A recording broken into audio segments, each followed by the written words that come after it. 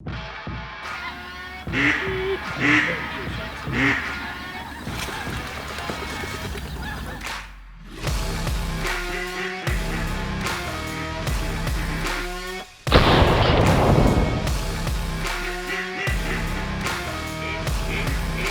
him.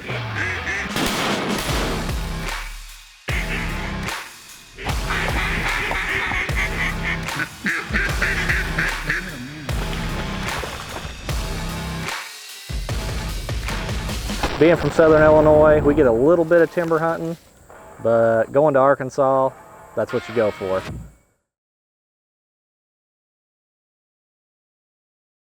So down in Arkansas, my dad's fortunate enough to picked up a farm with a couple partners.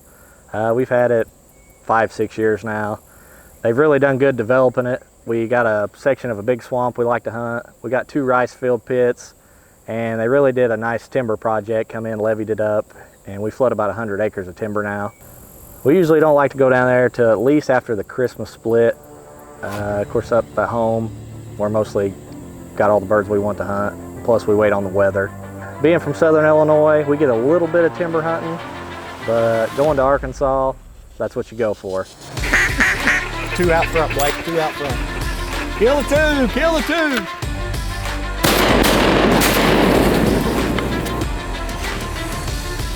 Go. Right here. Go.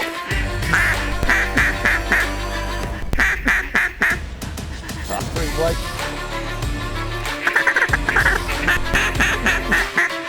One, kill him.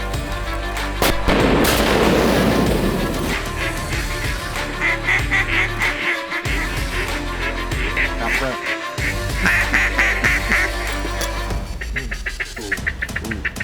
Ooh. You get that one?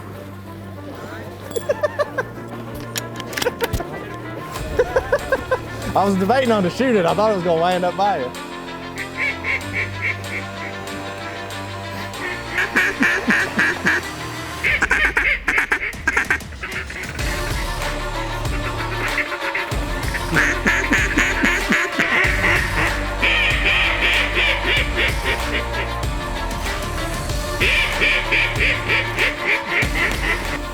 So we loaded up, headed down. Of course, we got down there at dark the next day, and we were sitting around the dinner table. And I was telling Dad what's it look like, and he just said, let's say they're in there. So next morning we load up, go to a spot we usually hunt, and wasn't really many in there. Usually there's a lot of ducks roosted in there. In the dark you hear them going in, and there was some, not a lot.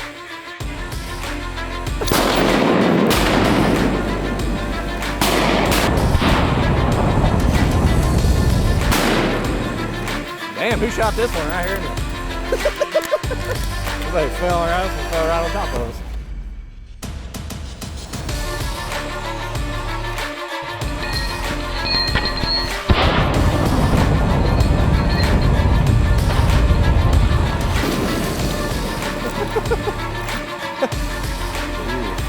Real far.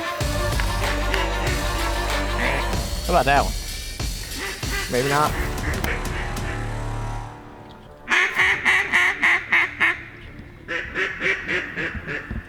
Back out front, back out front. Watch these 2. Here we go.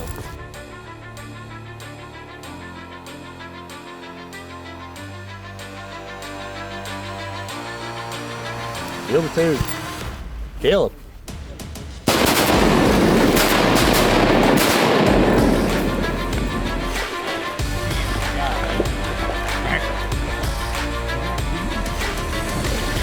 We only got a couple minutes.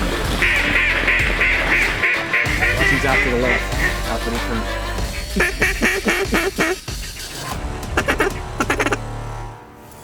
Oh, kill the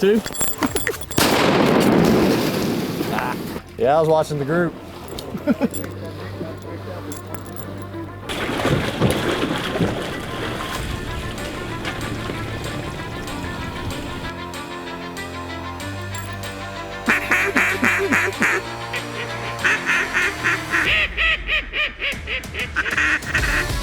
Here, in the decoy,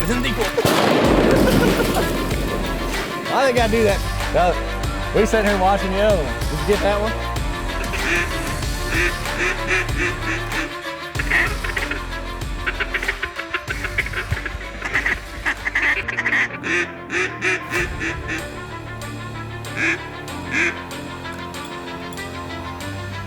Beautiful.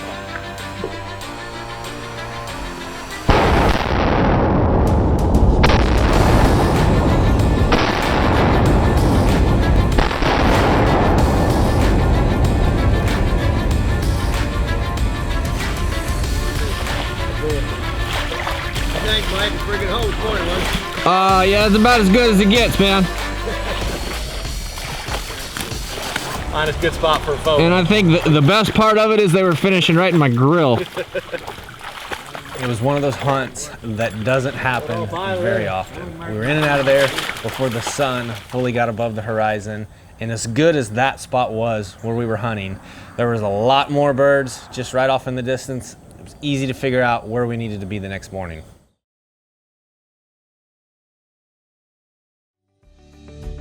Hi, Josh DeWitt with Brookstone Kennels. We're going to show you an exercise. This is actually a group exercise. We've got 4 dogs out with us on steadiness. We've got 2 older dogs, Diesel and Wiz, and we've got 2 of our youngsters that are coming along that are just now getting into their steadiness work. We have Patty here on the left and Quinn on the right. And what we're going to show you is a steadiness exercise that we do here at Brookstone Kennels where we've got the dogs out. You do not want to start this with a young dog until they've gone through their sit and stay, and that's absolutely perfect. And they may make a mistake today when we do this. They're just now getting into it, but that's exactly what we want to see. If they're going to make a mistake, now is the time to see it and get it corrected instead of this fall when we're out on a hunt. So what we're going to do is basically just throw some dummies around these dogs with some gunfire and just check that everybody is steady. I've got everybody on a sit-stay right now. They should know that means don't get up until I come back to release them or give them another command. So here we go. We're going to go ahead and get started. Just remind everybody to sit, stay.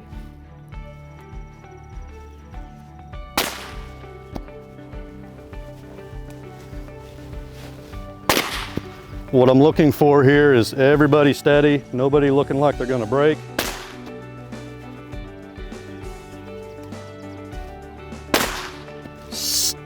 He flinched just a little bit, so I'm just going to correct him. Sit. That looks pretty good. What I'm going to do here now is pick these up, keeping an eye on my dogs the whole time, making sure everybody just remains calm and steady.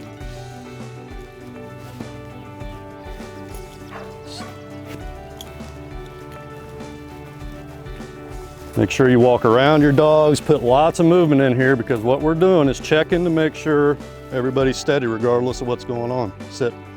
Now most of you have probably only got 1 dog at home, and we understand that. If you can find a buddy or somebody else that's got a dog and practice this from time to time, it's going to pay off dividends later on in the hunting season, especially if you're hunting with that buddy and he's got his dog and you've got multiple in the blind. You want to look for opportunities to get your dog around other dogs and work on your steadiness so that you don't have an issue come hunting season. We weren't but a few hundred yards from where we were the morning before. It was the same basic setup, not a lot of birds in there as we went into setup. We're getting decoys thrown out, getting the cameras set up. There's a few more birds trickling in and out, and you can tell that these birds have been froze out of the timber for a number of days. They're antsy to get back in there, to get to the acorns and get to that moist soil stuff.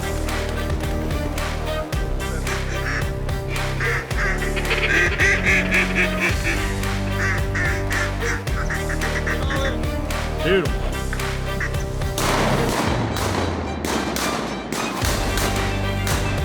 Right here in the hole. Kill that one.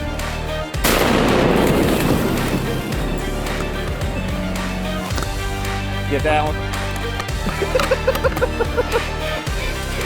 There's 3 coming back from the right. There's 2 right here in the hole.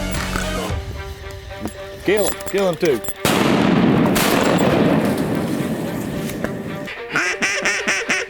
Hey Blake, catch this one. Yeah, kill it. I said, Blake, catch this one.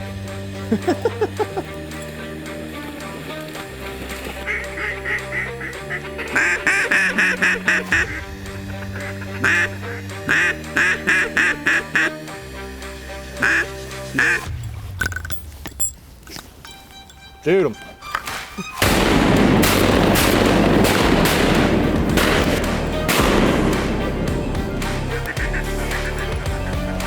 Coming from the left, Blake, to the left.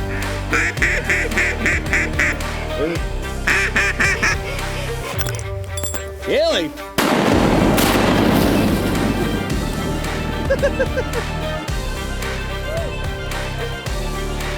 Yeah, I was ready for him to die.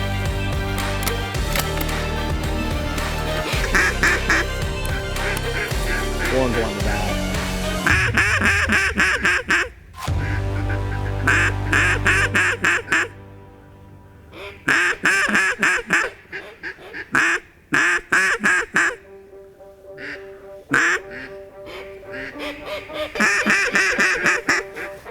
Two off the right.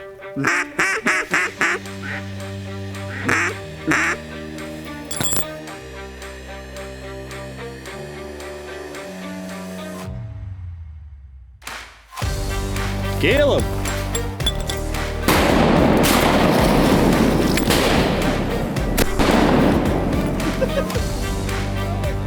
I ain't getting him out. What are you doing over there?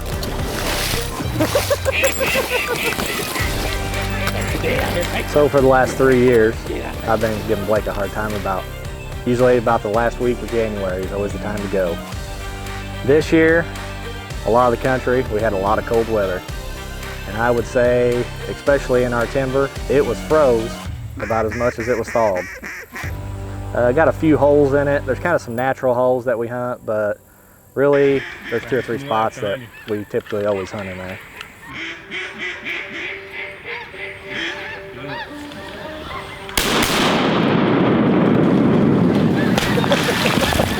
There we go. You get water on the lens. Is that what you're looking for?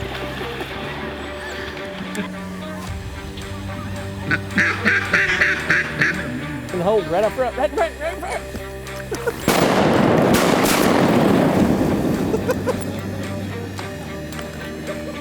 I was like, damn, right in your face. Yeah, you look another way, he's coming right down here in the hole.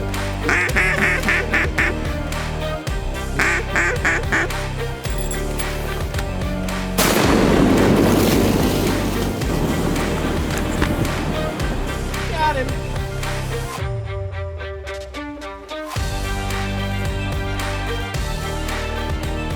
It was a hunt that was a few years in the making. Travis had been on me for a number of years to block this off of my schedule. We got to get down to Arkansas late in January, and we finally made it happen this year, and it was everything that he made it out to be. Thanks to Alec, Banger, and Travis for having me down.